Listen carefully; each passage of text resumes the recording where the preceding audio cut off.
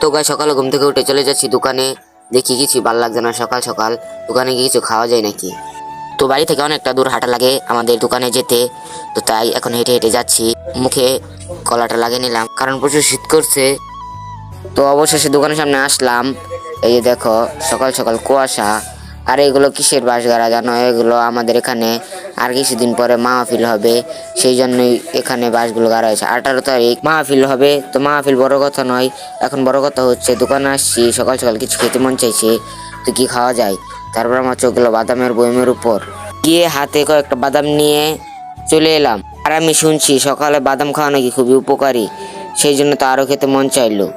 তো বাদাম নিয়ে এসে বসে বসে খাইতেছি। তো বাদামগুলো ভালোই লাগতেছে। এরকম ছোটখাটো খাওয়ানো তো আমার পেট ভরবে না, উপকার হলে কি হবে। এখন আমি খাবো রুটি যাতে আমার পেট ভরে। তো পেট ভরার জন্য আমি এখন এখান থেকে একটা ডিম নিয়ে নিলাম। ডিম নিয়ে দোকানে দিয়ে দিলাম। এখানে রুটি ভাজা হচ্ছে। তো আমাকে দোকানদার বলল যে 30 মিনিট পরে আসো। তো আমি কি করবো, যে রুটিগুলো ভাজছিল সেইগুলো অন্য কাউকে দিয়ে দিয়েছে। অবশেষে 30 মিনিট পরে আমার রুটি এসে পড়েছে। তো এখন আমি রুটি খাবো কারণ আমার পেটের ভিতরে ইঁদুর দৌড়াচ্ছে। তো এখন রুটি খেয়ে নিই। তো 10 মিনিট পর রুটি খাওয়া শেষ করে এখন বসে আমি টিস্যু দিয়ে মুখ পুষে নিচ্ছি, কারণ মুখে খাবার লেগে আছে। তো খাবার লেগে থাকলে কিরকম দেখা যায়।